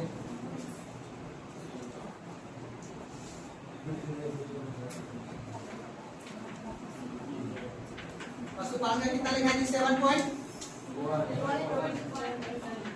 और फसल का कितना हो गया जी? 3.5। ये एग्जाम में कर्मबद्ध करके पूछेगा 100%। 3.5 है ना? सरकार पे देखो ये आरोप कर रहा है, आप इस दोनों पे सब्सिडी दे रहे हो, है कि नहीं है? तब इसका ग्रोथ रेट क्या हो रहा है? 195% वृद्धि हुई है मत्स्य पालन में। और पशुपालन में। यानी अब आदमी क्या कर रहा है, उत्तर बिहार का आदमी जो भी है, यशस्वी है भी, आदमी कह रहा है यार उतना धान वगैरह लगाने का फायदा नहीं है, मट्टी कोड़वाएंगे, मट्टी कोड़ा के घर में भर लेंगे और उसके बाद गड्ढा होगा, मछली पालन करेंगे। तो मत्स्य पालन का भाव अधिक क्षेत्र बढ़ रहा है, यानी हर कितना ग्रोथ हो रहा है मत्स्य पालन का एक साल में 1.8% ग्रोथ चल रहा है। फसल को उतना वृद्धि नहीं हुई, फसल पालन 3.5%।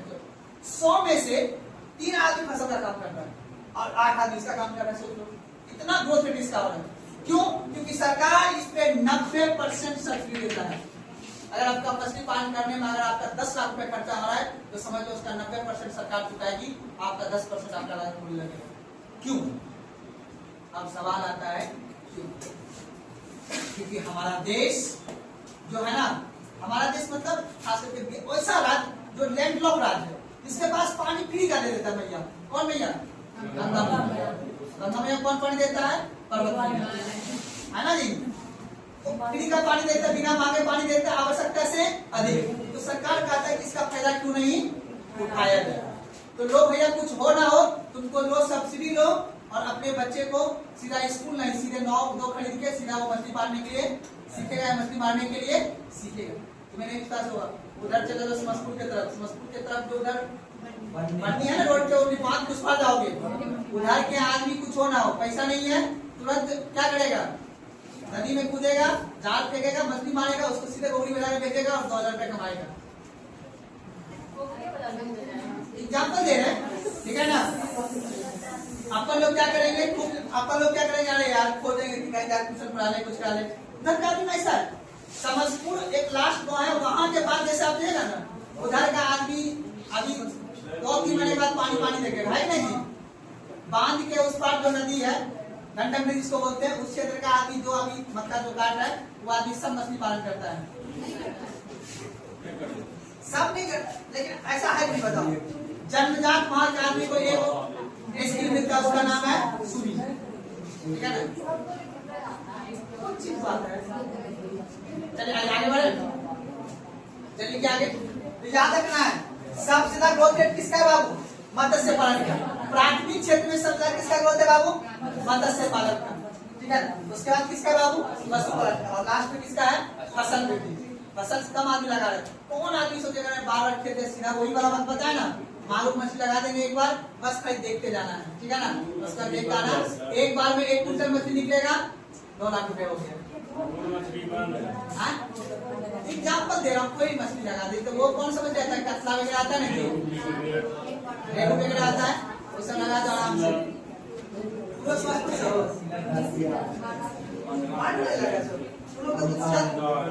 आता होगा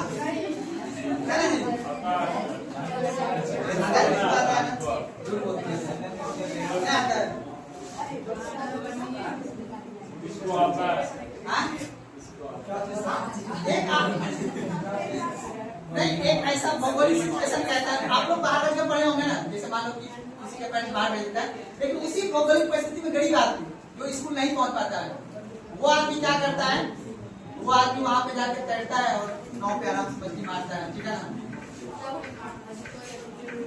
खास करना खास पॉइंट पे आ जाए। हाँ चलिए आइए आप बात करता है, अगला पॉइंट लीजिए। चलिए बात में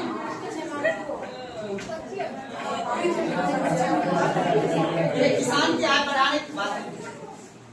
किसान की आय बढ़ाने में, किसान की आय बढ़ाने में, किसान की आय बढ़ाने में मत्स्य पालन, मत्स्य क्षेत्र पालन नहीं लिखे, किसान की आय बढ़ाने में मत्स्य क्षेत्र एवं पशुपालन क्षेत्र का अधिक योगदान है। किसानों की आय बढ़ाने में मत्स्य एवं पशुपालन का अधिक योगदान। एग्जाम में पूछेगा, यही तो मोदी जी बोलते हैं स्टेज पर, किसान की आय दुगुनी कर देंगे, लेकिन वो किसान जो फसल लगाता है वो उसका आप आय उम्मीद नहीं कर रहे हो। लेकिन मछली जो 90 रुपए पिछले बार मिला था, जो दूध मिला था पहले 60 रुपए, पता हुआ हो जाएगा, बात हो गया है कि नहीं? आपके पास तो है ना गाय, बोलते हैं ज्यादा चीज के पास ना हो ऐसा हो सकता है। चलिए बात कैसे बोल रहे हैं, लिखा आगे एक पशुपालन के क्षेत्र में, पशुपालन के क्षेत्र में, पशुपालन के क्षेत्र में,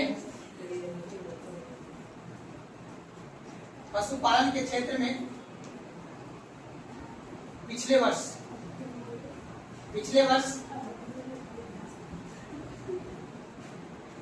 195% का वृद्धि दर रही है।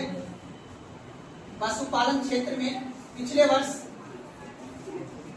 195% का वृद्धि दर रही है, जबकि मत्स्य पालन में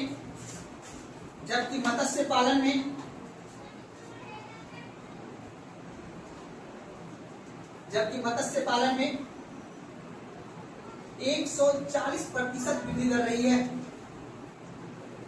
जबकि मत्स्य पालन में 140% वृद्धि दर रही है।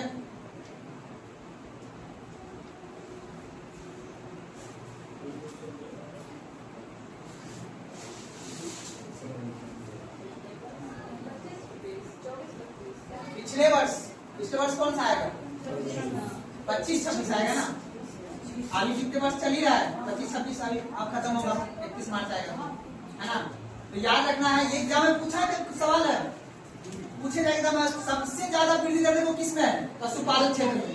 तो ये पिछले वर्ष 195% बढ़ा है, सोच लो, और मत्स्य पालन 140% बढ़ा हुआ है।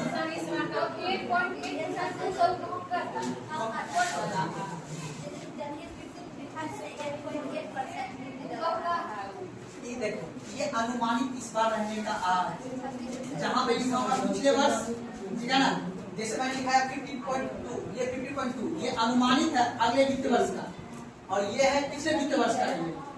कभी कभी क्या होता है, जो हम अनुमानित करते हैं ना, उससे ज्यादा हम लोग कर जाते हैं। एग्जाम में क्वेश्चन पूछता है निम्नलिखित में से कौन सा क्षेत्र अनुमानन से ज्यादा लक्ष्य प्राप्त किया? कृषि क्षेत्र। अनुमानित था मेरा पिछले वर्ष कम, उससे ज्यादा हमने किया है, 16.3% है। इस बार मैंने अनुमान कितना रखा है? 50.2।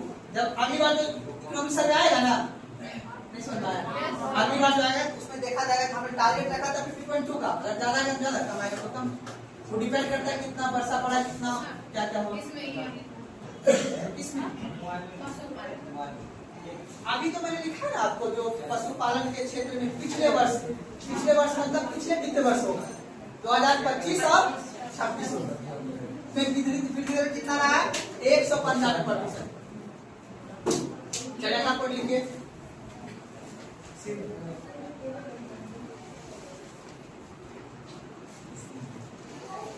देखिए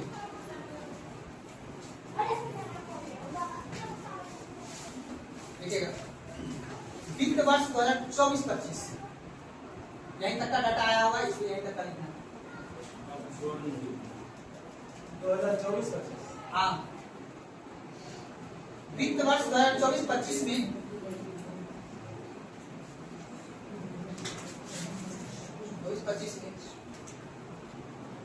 खाद्यान्न उत्पादन में भारत खाद्यान्न उत्पादन में भारत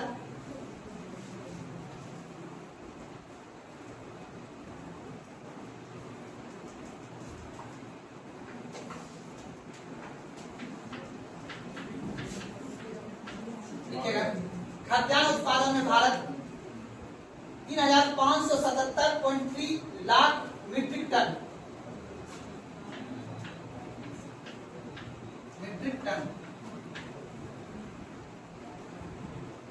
वित्त वर्ष 2024-25 में खाद्यान्न उत्पादन में भारत 3577 लाख मीट्रिक टन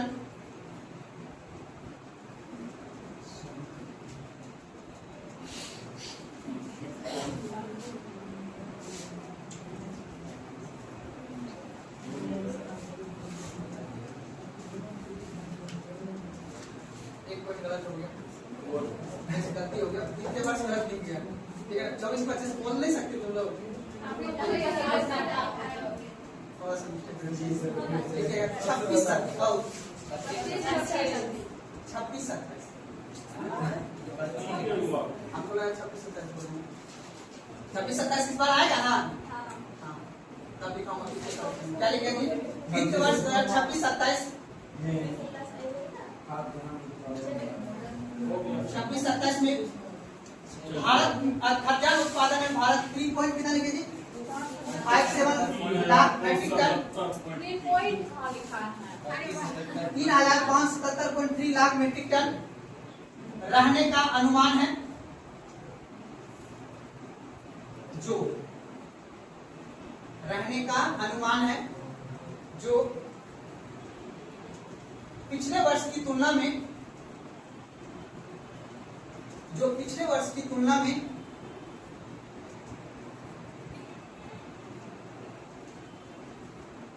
पिछले वर्ष की तुलना में 254.3 लाख मेट्रिक टन ज्यादा है। जो पिछले वर्ष की तुलना में 254.3 लाख मेट्रिक टन ज्यादा है।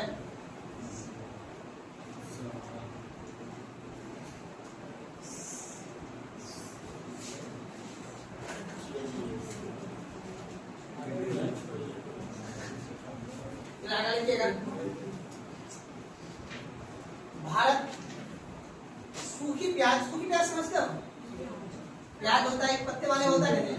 थोड़ा कभी भी मौका मिले तो वही प्याज खाया करो। थोड़ा महंगा मिलता है लेकिन वो अपने नागरिक नहीं है, सस्ता मिलता है ना, लेकिन कब मिलता है? दिसंबर जनवरी वाला महीना अभी मिलता है। तो पूरा प्याज इसका वो लगा हुआ रहता है पूरा। हाँ, ऐसा पॉसिबल ही नहीं है। अपन कौन सा डीएम साहब कोई बाड़ी लगाए होंगे। आप जिसके पास खुद का लैंड होगा ना, जो खुद बाड़ी में उत्पादन करता होगा या अपने बगीचा में उसके पास होगा, ठीक है ना? मार्केट में तो नहीं होगा बाबू, क्योंकि आप अच्छा हो सकता है। याद रखिएगा, सूखा प्याज उत्पादन में जो प्याज का उतर जाता है बात नहीं, सूखा प्याज उत्पादन करने में भारत सबसे नंबर 1 है और हरा प्याज उत्पादन करने में सबसे नंबर 1 चीन है। ठीक है, भारत सूखा प्याज उत्पादन करने में विश्व में प्रथम स्थान।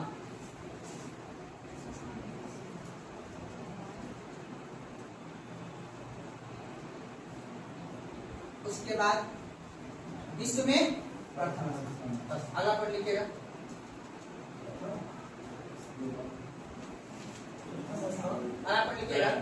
सब्जी कोमा फल, हाँ, सब्जी कोमा फल कोमा आलू,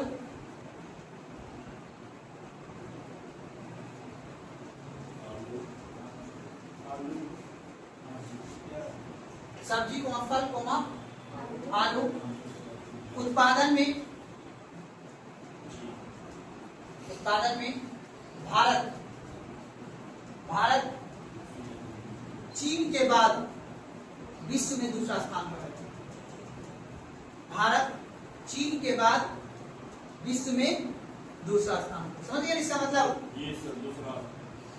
भारत दूसरा स्थान पे है और चीन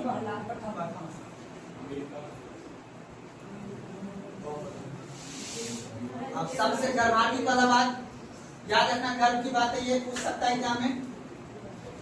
विश्व में पिछले वर्ष विश्व भर में कृषि का ग्रोथ हुआ है 2.9% और अपने भारत देश में हुआ है 4.4%। ठीक है ना? पूरा विश्व में कृषि का वृद्धि दर जो निकाला गया ना वो 2.9% है पूरा विश्व का, लेकिन अपना भारत में विश्व से भी ज्यादा अपना ग्रोथ रेट है 4.4%। देखिएगा, विश्व में कृषि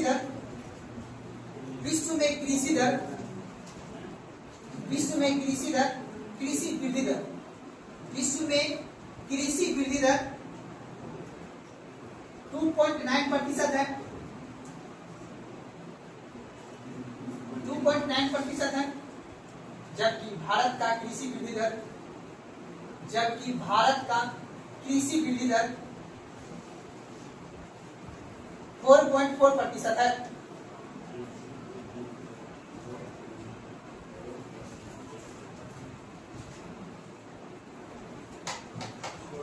बोलिए, सारा बजट का यही एग्जाम में पूछेगा, बहुत मेहनत करके लिखा है। अगला पॉइंट लिखिएगा, अगला पॉइंट, अनाज समझ रहे हो ना, गेहूं और मक्का और धान, हिंदी में क्या बोलते हैं? अनाज कोमा मक्का, अलग से लिख लो, अनाज कोमा मक्का कोमा सोयाबीन, अनाज कोमा मक्का कोमा सोयाबीन एवं दलहन की उत्पादन में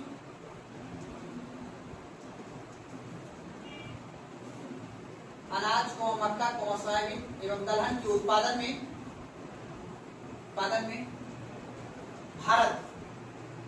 भारत विश्व स्तर पर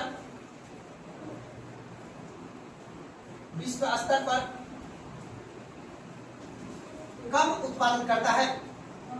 हाँ, कम उत्पादन करता है, जबकि मूंगफली विश्व स्तर पर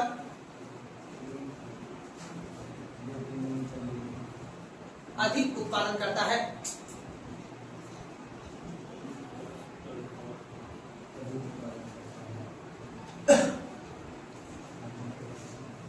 अधिक उत्पादन करता है। अगर आप लिखिएगा, फसल उत्पादन में राज्य का स्थिति, फसल उत्पादन में राज्य का स्थिति, फसल उत्पादन में राज्य का स्थिति, फटाफट लिखना।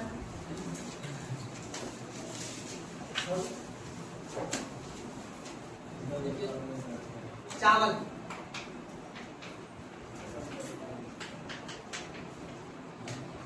कैसे लिखिएगा?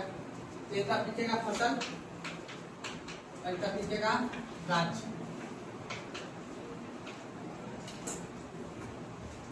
देखिए, यूपी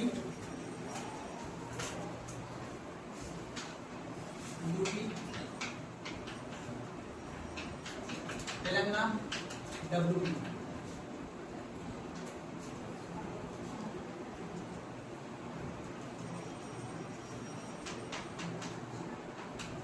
गेहूं लिखना है यूपी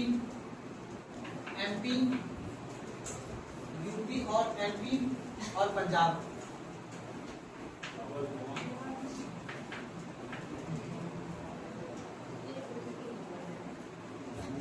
मक्का,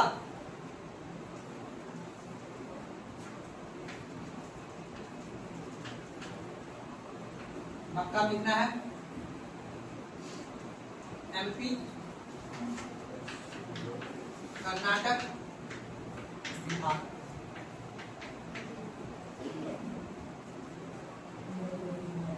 चना,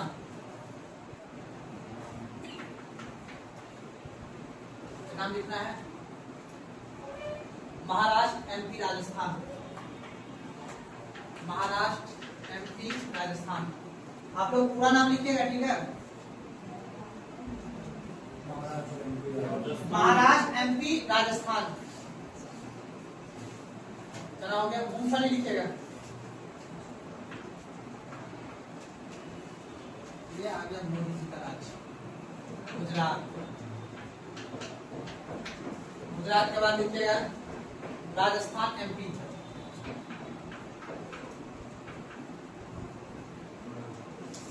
उसके बाद लिखिएगा सरसों,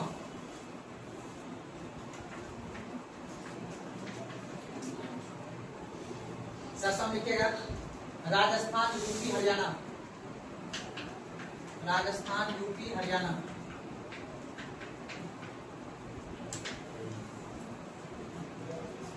सोयाबीन,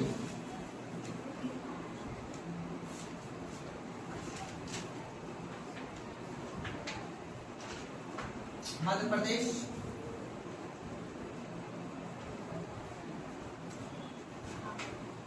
महाराष्ट्र, मध्य प्रदेश।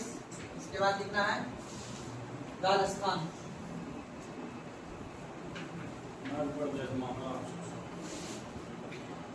महाराष्ट्र, मध्य प्रदेश, राजस्थान। उसका लिखना है सूरजमुखी।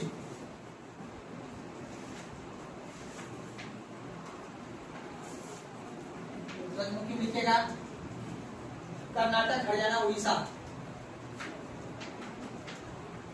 कर्नाटक, हरियाणा, उड़ीसा।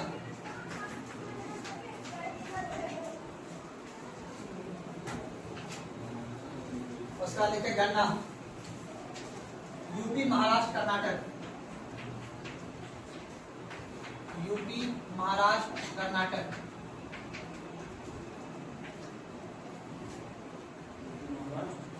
यूपी, महाराष्ट्र, कर्नाटक। कपास, कपास। महाराष्ट्र, गुजरात, तेलंगाना। महाराष्ट्र, गुजरात, तेलंगाना।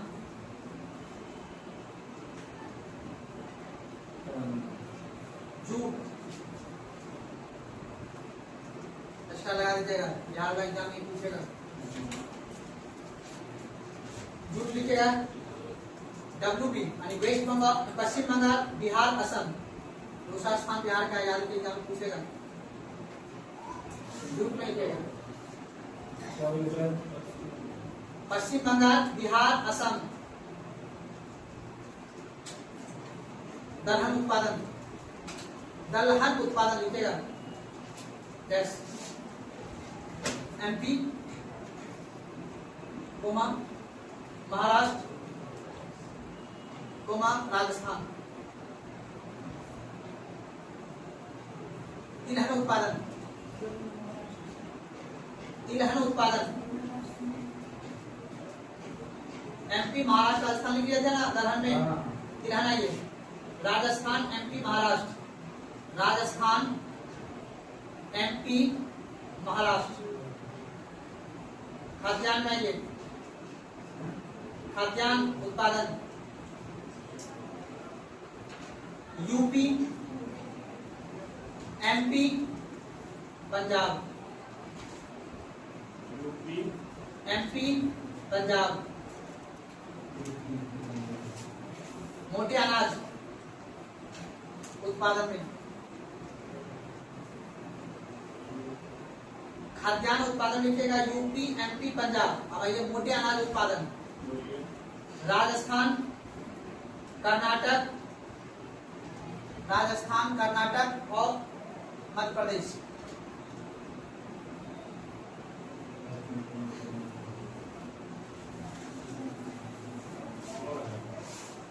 तो लिखेगा अगला पॉइंट। हो गया ना जी? टाइम कितना हो गया होगा। बताइए ना। 5 ही है। 10 मिनट बस, 10 एक टॉपिक खत्म हो जाएगा। 10 मिनट का तो रहता है। हो गया। थोड़ी लेट हो रहा, जाएंगे फोन वाला। अच्छा कृषि के विकास के लिए भारत सरकार द्वारा चलाई गई योजना।